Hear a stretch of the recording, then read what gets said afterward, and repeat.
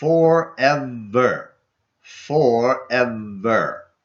In the movie Sandlot, when Squints told the story of the Beast, the movie added a funny flashback scene where his police chief grandfather banned the dog to be chained up in Mr. Mertle's backyard. Forever.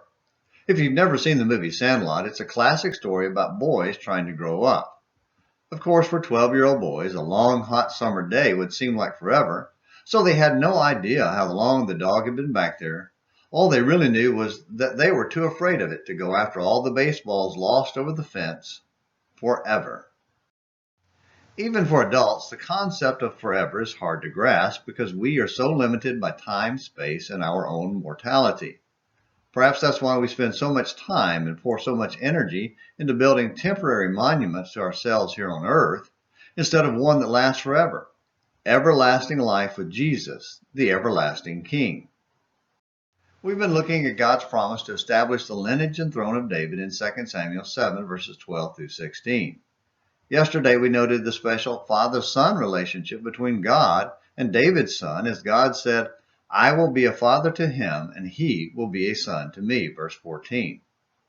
That statement is shown to be more than just a figure of speech describing a mere man or the physical nation of Israel by God's declaration of the eternal nature of his throne and kingdom. I will establish the throne of his kingdom forever, verse 13. Your house and your kingdom shall endure before me forever.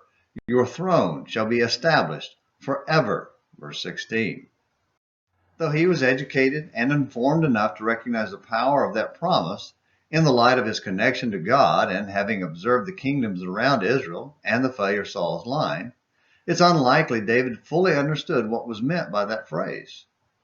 But considering that 1,000 years later, Peter confirmed how Jesus had received this promise of the Holy Spirit by being raised from the dead and ascending to heaven to sit on David's throne, Acts 2, verses 22 through 36, it's utterly amazing how many people don't understand it today. Instead of accepting that Jesus is reigning on the promised throne in heaven at the right hand of God this very moment, many teach and believe a doctrine that requires his return to earth to rule for 1,000 years on a literal throne of David in Jerusalem.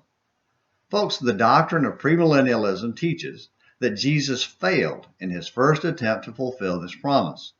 Yet Peter declared Jesus received God's promise through the Holy Spirit by his death, burial, resurrection, ascension, and coronation 2,000 years ago. Why has the religious world been captured by the 200-year-old doctrine of a failed Jesus instead of the 2,000-year-old revelation of a triumphant Jesus? Why are so many looking backward to a temporary physical kingdom instead of rejoicing now in the eternal spiritual kingdom that has already come? Why do they call him king, but deny him his eternal throne? They are like adults, looking back and wanting to be kids again, stuck in a Sandlot-like childhood forever. In whom are you going to believe? Premillennialism's failed Jesus, who has to come back and make another attempt to take his throne, or Peter's triumphant Jesus, who already sits on his throne now and forever? The answer is obvious, or it should be. So the real question is, are you willing to trust and obey King Jesus now and forever? Please say yes. Well, thank you for watching today's Morning Minutes in the Bible.